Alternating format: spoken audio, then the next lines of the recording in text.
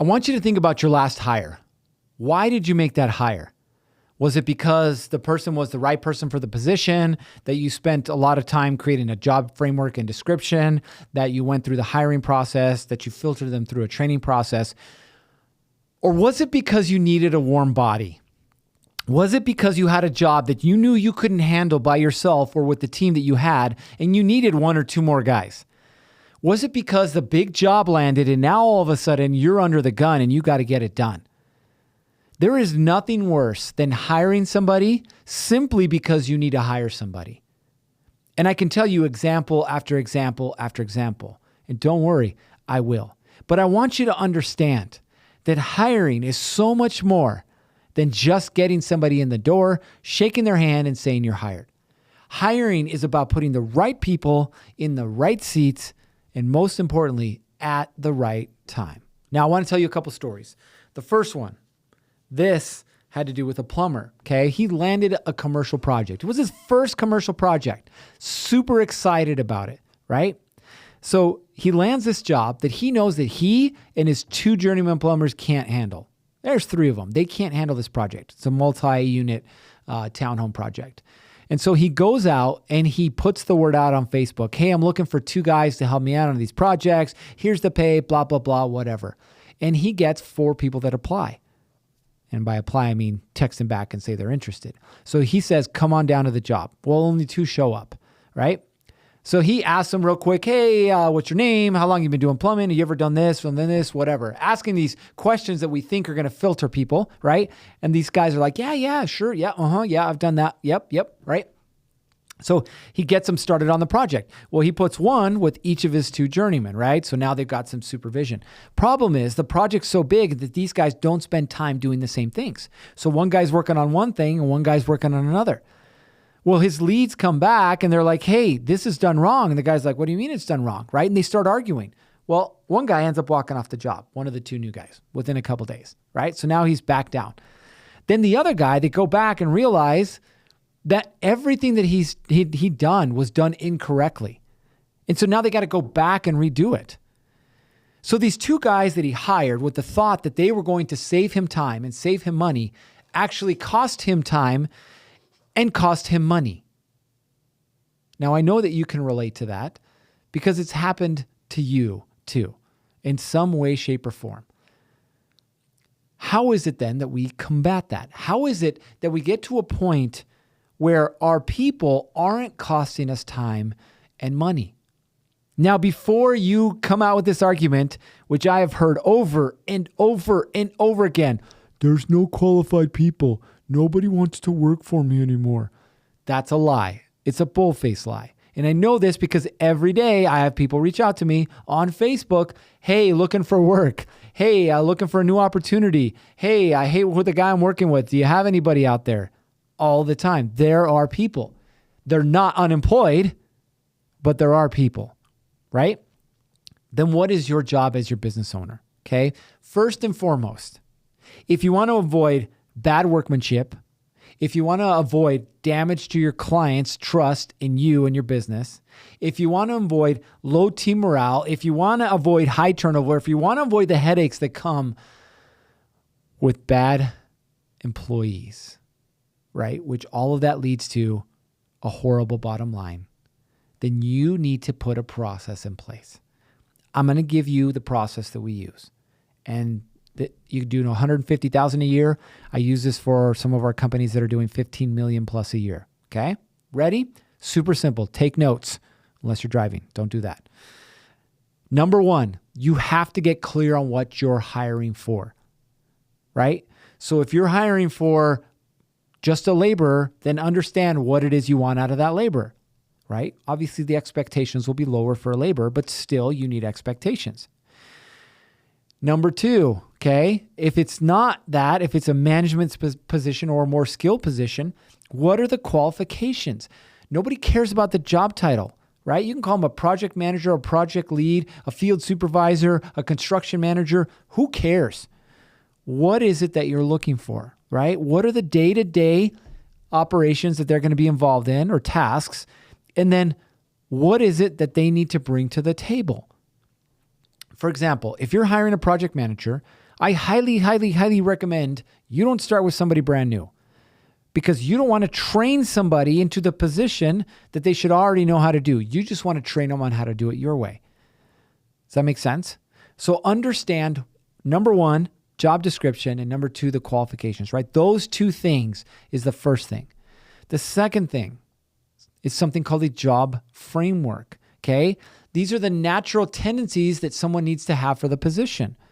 For example, if you're hiring somebody to be a project manager, which seems to be the hire that people like to make the most or need to make the most, in your particular trade, in your particular type of work, does the project manager sit in the office, or does the project manager spend most of his time or her time on the job site?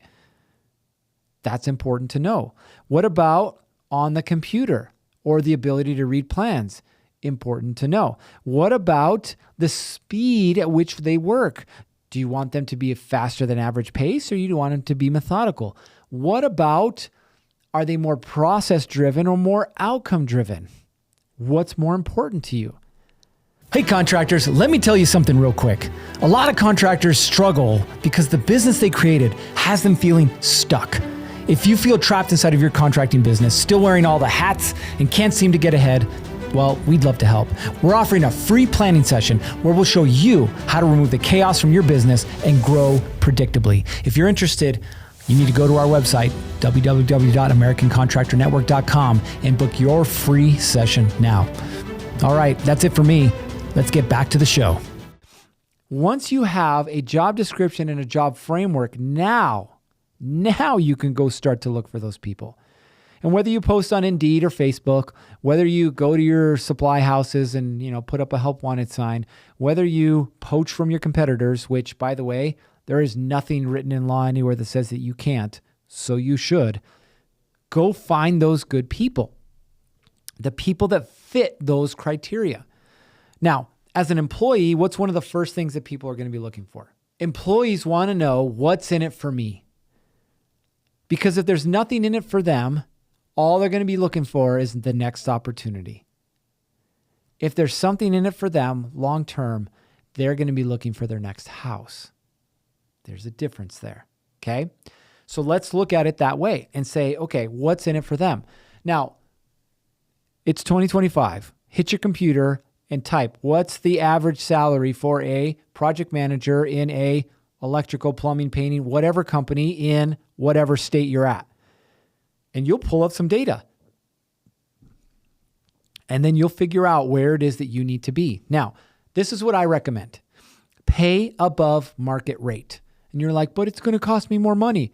Maybe initially, but in the long run, do you think you'll get a more qualified candidate, somebody who's more hungry and more loyal, if you're willing to pay them more?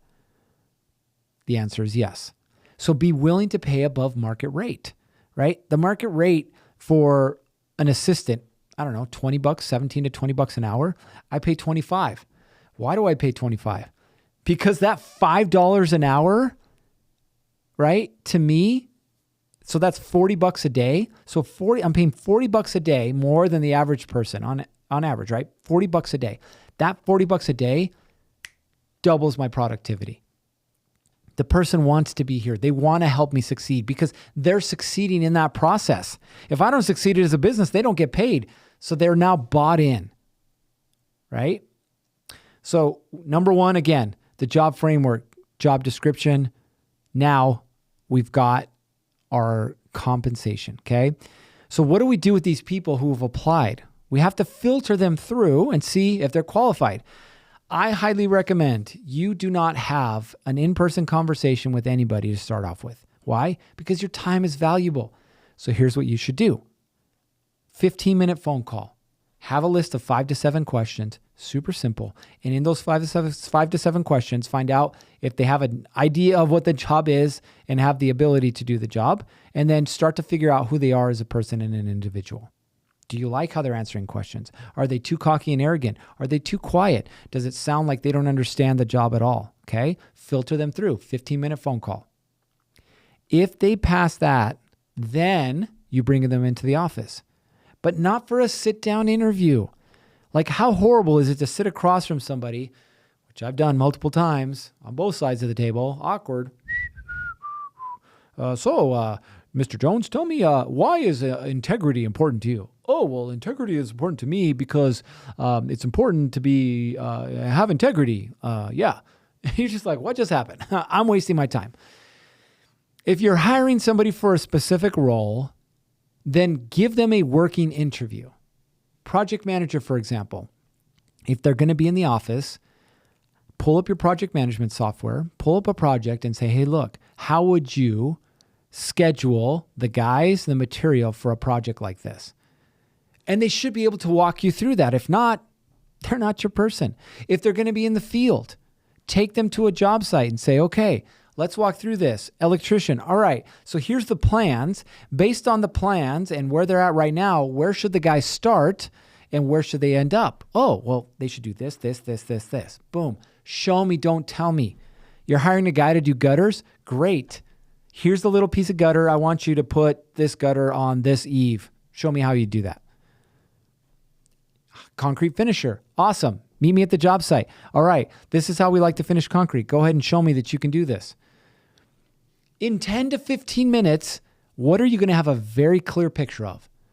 The person can do the job or the person can't, right? Your time and your money is valuable. Don't hire somebody who's going to cost you both. Remember, a single bad hire can set you back weeks, months, or heaven forbid, even years. Hiring well for our clients and for you as well is a non-negotiable if you want to scale. So if you want to learn how to hire right, if you want to learn how to set up a hiring process that will increase the likelihood of you succeeding, you know what to do. Join our free community where we have the resources and the coaches and the people available to you to help you scale your contracting business. All right, you know what time it is. It's time to get after it. 3, 2, 1, off you go. Thanks for listening to the Success Unleashed podcast. Before we go, show some love for your favorite podcast by liking, subscribing, and leaving us a review. Until we see you again, it's time to get after it. 3, 2, 1, off you go.